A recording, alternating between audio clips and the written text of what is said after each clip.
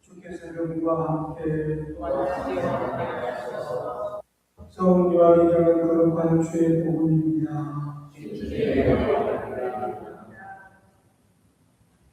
이 말씀을 마치시고 예수께서는 하늘을 우러러보시고 이렇게 말씀하셨다. 아버지, 때가 왔습니다. 아들의 영광을 드러내 주시어 아들의 아버지의 영광을 드러내게 하여 주십시오. 아버지께서는 아들에게 모든 사람을 다스릴 권한을 주셨고 따라서 아버지께서 맡기신 모든 영원한 생명을 주게 되었습니다. 영원한 생명은 곧 참으시고 오직 한 분이신 하나님 아버지를 알고 또 아버지께서 보내신 예수 그리스도를 아는 것입니다. 나는 아버지께서 나에게 맡겨준 일을 다하여 세상에서 아버지의 영광을 드러냈습니다. 아버지, 이제는 나의 영광을 드러내 주십시오. 세상이 있기 전에 아버지 곁에 내가 두었던 그 영광을 누렸던 그 영광을 아버지와 같이 누리게 하여 주십시오. 나는 아버지께서 세상 사람들 가운데서 뽑아 내게 맡기신 이 사람들에게 아버지를 분명히 알려주었습니다. 이 사람들은 원래 아버지의 사람들이었지만 내게 맡겨 주셨습니다. 이 사람들은 나의 아버지의 말씀을 잘 듣습니다. 지금 이 사람들은 나에게 주신 모든 것이 아버지께서 왔다는 것을 알고 있습니다. 나는 나에게 주신 말씀을 이 사람들에게 전하였습니다. 이 사람들은 그 말씀을 받아들였고 내가 아버지의 모든 것을 참으로 깨달았습니다. 아버지께서 나를 보내신 것을 믿었습니다. 나는 이 사람들을 위하여 간구합니다. 세상을 위하여 간구하는 것이 아니라 아버지께서 내게 맡기신 이 사람들을 위하여 간구합니다. 이 사람들은 아버지의 사람입니다. 나의 것은 다 아버지의 것이며 아버지의 것은 다 나의 것입니다. 그래서 이 사람들을 말미암아 내 영광이 나타났습니다. 나는 이제 세상을 떠나서 아버지께로 가리라. 이 사람들은 세상에 남아있을 것입니다. 거룩하신 아버지, 나에게 주신 아버지의 이름으로 이 사람을 지켜주십시오. 그리고 아버지와 내가 하나님 것처럼 이 사람들은 또 하나가 되게 하여 주십시오. 이런 복음입니다.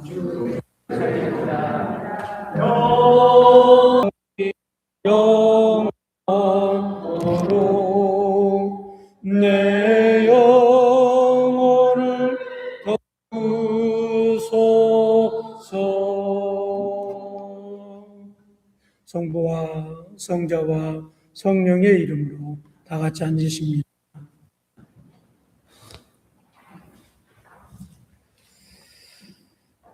오늘 우리가 함께 붙잡고자 하는 말씀의 핵심은 시험 중에도 누리는 영광이라고 하는 제목으로 함께 은혜를 나누기를 소망합니다. 우리는 살아가면서 여러 가지 크고 작은 시험들을 만납니다. 어떤 사람은 건강적으로 어려움을 당한 사람도 있고, 어떤 사람은 경제적으로 힘들어 하는 사람도 있고, 또 어떤 사람은 인간 관계 때문에 마음을 아파하며 고통 가운데 밤잠을 스치며 지나는 사람들도 있습니다. 특별히 믿음으로 살아가려고 하면 할수록 우리는 원치 않은 시험들을 만나게 됩니다. 어쩌다가 오늘부터 내가 기도 생활을 해야지. 어쩌다 오늘부터 내가 성경을 읽어야지. 오늘부터는 교회를 가면은 가자마자 기도하고 말씀에 귀를 쫑긋 열고 말씀을 듣고 하나님 앞에 영광 돌리는 예배를 해야지. 이렇게 마음 먹고 오는 날이면 꼭 시험이 기다리고 있어. 그것을 넘어지게 하고 무너지게 하고 그렇게 하지 못하게 되는 그런 환경들을 우리는 만나게 됩니다. 그래서 사람들은 종종 이렇게 질문합니다. 왜 믿는 사람에게 고난이 있습니까? 왜 날마다 기도하는데 현재 처해 있는 상황은 변하지 않고 그대로 있습니까? 주님은 과연 살아계십니까? 주님은 과연 내 인생의 삶의 여정에 관여하시고 계시고 나와 함께 하고 있습니까? 라고 질문을 하게 되고 질문을 던지게 되어집니다. 그런데 오늘 말씀은 우리에게 놀라운 사실을 보여줍니다. 우리는 분명히 알아야 될 것은 하나님께서 시험이 없는 삶을 약속하지 않으셨다라고 하는 겁니다. 성경에 어디에도 예수를 잘 믿으면 신앙생활을 열심히 하면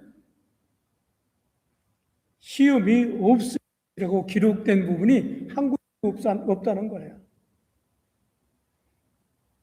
그런데 중요한 것은 우리가 시험 가운데서도 영광을 누릴 수 있다는 겁니다. 이게 다른 거예요. 예수 믿지 않는 사람들은 시험을 당하고 고통을 당하고 시련이 다가와지게 되어지면 그것을 위해서 괴로워하고 힘들고 좌절과 낙심 가운데 빠져 있지만 예수 믿는 사람은 그 상황에서도 우리는 영광을 누릴 수 있다라고 하는 겁니다. 왜 그렇습니까? 오늘 본문에 사도행전에 승천하신 주님께서 지금도 우리를 위해서 하나님 옆에서 기도해 주고 계신다는 거예요. 그래서 오늘 우리가 있는 거예요. 그리고 우리의 시험이 헛되지 않기 때문에 그렇습니다.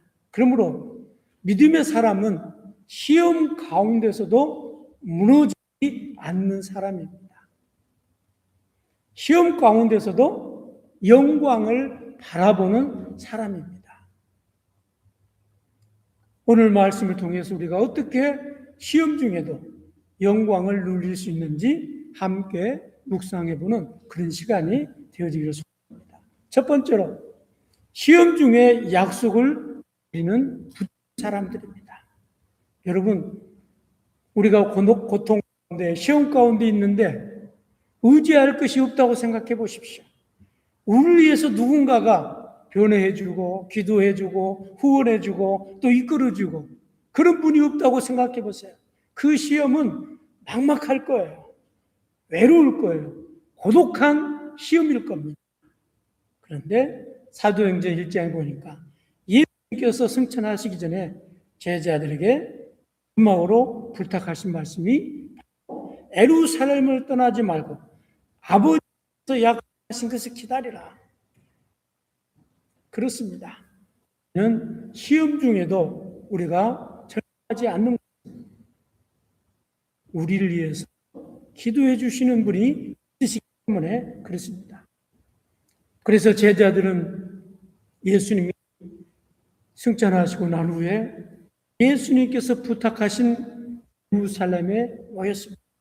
그리고 예수님께서 약속하신 그것을 기다렸습니다.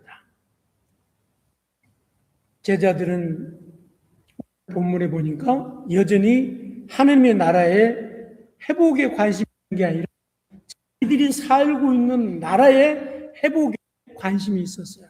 왜냐하면 그 당시에 예수님 당시에 이스라엘 사람들은 로마의 속국으로 있었기 때문에 그들은 언젠가는 이 로마로부터 우리가 회복될 것이다.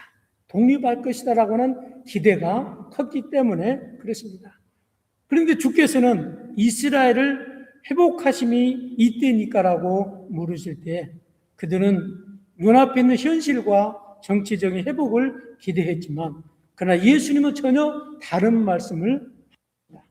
성령이 너희에게 임하시면 너희가 권능을 받고 예루살렘과 사마리아 끝까지 이르러 뭐가 된다고요? 내 증인이 되리라. 예수님의 제자들은 육신적인 나라를 꿈꿨지만 예수님은 영적인 나라, 하느님의 나라를 꿈꾼 거예요. 그리고 그 하느님 나라에 너희들이 증인이 될 거라라고 말씀해 주셨습니다. 그렇습니다. 여기서 우리는 중요한 것을 배웁니다. 제자들은 언제일까라고 물었지만 그러나 예수님은 그들에게 무엇을 해야 하는가라고 말씀했습니다. 늘 우리는 그래요. 언제, 어떻게 주십시오. 이렇게 해주려고 하게 합니다. 그러나 주님은 항상 무엇을 해야 하는가라고 하는 것에 초점을 맞추고 있는 것을 봅니다. 여러분, 이 자리에 앉아있는 우리는 주님 앞에 주십시오, 이루어지십시오 기도하지만 주님, 내가 어떤 사람이 되어야 할까요? 어떤 사람이 되어야 주님 영광을 돌리는 삶을 살 수 있을까요? 구하는 사람이 과연 얼마나 될까요? 그런데 주님은 말씀하십니다. 무엇을 해야 하는가? 질문을 그들에게 던져주고 있습니다. 믿음은 상황이 아니라 약속을 붙드는 겁니다. 우리는 상황을 바라보면 좌절하고 낙심할 수밖에 없어요. 그러나 그 상황 속에서 뭘 붙들어야 된다고요? 하나님이 우리에게 주신 약속을 붙드는 거예요. 사도행전에 사람들이 마가다락방에 앉아서 약속한 것을 붙들고 기도했던 거예요.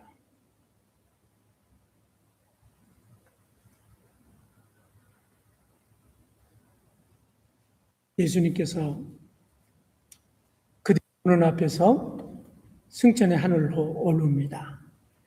제자들은 하늘을 바라보고 있었습니다. 천사가 말합니다. 왜 하늘만 쳐다보고 있느냐? 그리고 제자들은 예루살렘으로 돌아가서 함께 기도를 시작했습니다. 이것이 바로 믿음이라는 거예요. 주님 눈에는 보이지 않지만 그들은 약속을 붙들게 되어졌습니다. 상황은 아직 변하지 않습니다. 그러나 그들이 기도할 때 성령의 약속을 붙들었습니다. 우리도 마찬가지입니다. 삶이 답답할 때가 있습니다. 기도 응답이 늦어질 때가 있습니다. 그때 믿음을 말합니다. 주님의 약속은 변하지 않습니다. 성령께서 반드시 역사합니다. 시험 중에도 약속을 붙드십시오. 그러면 절망 가운데, 낙심 가운데 우리는 영광을 받습니다. 두 번째로 시험 중에 우리는 혼자가 아닙니다. 우리 인생의 고통 가운데 늘 우리는 처절한 절망 가운데 빠졌을 때 나 혼자라고 생각할 때가 많아요. 그렇죠. 앞에도 막혔죠. 옆에도 막혔죠. 뒤에도 막혔죠. 사방에 막혀 있습니다. 그러나 어디는 열려 있다고요? 하늘은 열려 있어요. 위를 바라봐야 되는 거예요. 오늘 요한복음 17장 이 본문을 대제사장의 기도라라고 하는 타이틀이 붙어 있습니다. 예수님께서 십자가를 앞에 두고 제자들 위하여 드린 마지막 기도가 오늘 요한복음 17장입니다. 그런데 놀라운 것은 예수님 자신도 고난 앞에 두고 있어요. 예수님 자신이 십자가를 지금 앞에 두고 있습니다. 자기 자신을 위해서 기도해야 될 거 아니겠어요? 그런데 예수님은 그 상황에서도 자기 자신을 위해서 기도한 게 아니라 제자들을 위해서 기도한 것을 우리는 볼 수 있습니다. 내가 너희를 위하여 비옵나니. 그렇습니다. 이 말씀을 꼭 기억하십시오. 예수님은 지금도 우리를 위해서 계세요? 기도하고 계십니다. 우리 넘어지지 않도록, 믿음을 잃지 않도록, 세상 속에서 보호받을 수 있도록 지금도 하나님 아버지께 우리를 위해서 간구하고 계시고 기도하고 계시고 우리를 위해서 받쳐주는 버팀목이 되어주십니다. 여러분, 뒤에 버팀목이 있다는 게 얼마나 큰 위로가 되고 힘이 되는지 모릅니다. 저는 미국에 이제 오게 됐어요. 저희 은사 목사님이 저를 이제 길러주시고, 저는 이제 평생 잊지 못해요. 왜냐면 저희 불에도 서주셨고, 또 결혼식 장비를 다 내주셨고, 또 미국에 올 때 5년 동안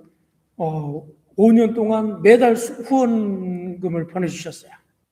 5년 동안 그 교회가 제가 미국에 오는 성전 건축을 하면은 돈이 부족하니까 못 보낼 텐데도 그렇지 않고 꼬박 5년 동안 저에게 후원금을 주셨습니다.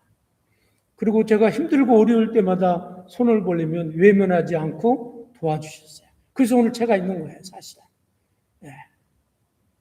그래서 그분은 제 영적인 아버님이시기 때문에 제가 그래서 한국에 나가면 그렇습니다. 제가 미국에 이제 오려고 딱 하는데 그 목사님이 뭐라고 저에게 말씀하시냐면, 이전도사, 미국에 가서 공부하고 돌아오면 우리 교회로 돌아오니라. 그러나 우리 교회로 돌아온 거는 네가 갈 수 있는 데가 있다면 가고 마지막 정 갈 곳이 없고 받아주는 사람이 없을 때 찾아오라는 거예요. 그러면 너를 우리 교회에 받아주시겠다는 거예요. 그 말을 들으니까요, 이 태평양에 비행기를 타고 넘어오는데 든든한 백이 딱 기다리고 있으니까 내가 미국에 가서 실패하면 내가 마음대로 안 되면 돌아갈 곳이 있고 받아줄 곳이 있다고 하는 게 얼마나 위로가 되고 힘이 되는지 모릅니다. 우리에게 버팀목이 있다는 게 이렇게 큰 힘이 되는 거예요. 그렇습니다. 우리에겐 누가 우리의 버팀목이라고요?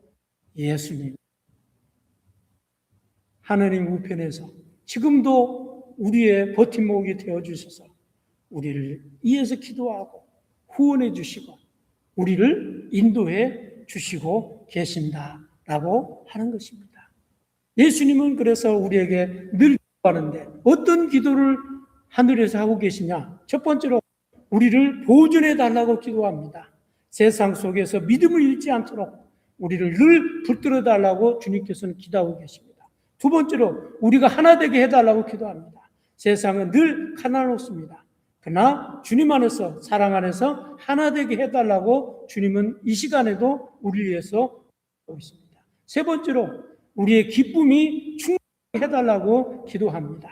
이 놀라운 은혜, 그리스도의 삶 안에 있다라고 하는 겁니다. 그래서 우리가 고난 가운데 있어도, 좌절 가운데 있어도 우리의 삶은 늘 고난의 삶이 아니라 기쁨의 삶이, 영광의 삶이 되어준다라고 하는 겁니다. 왜냐하면 주님께서 우리를 기도하고 계시기 때문에 그렇습니다.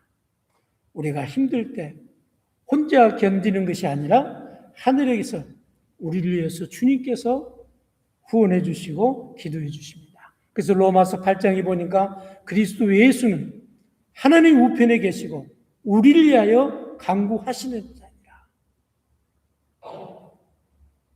우리를 향하신 주님의 사랑은 십자가로 끝나지 않습니다. 지금도 우리를 위해서 기도하고 계시고 지금 우리의 시험 가운데 우리가 버티고 넉넉히 이기고 승리할 수 있도록 우리의 가운데서 후원해 계신 것을 믿어야 됩니다. 마지막 세 번째로, 그러므로 시험 중에 기뻐할 수 있습니다.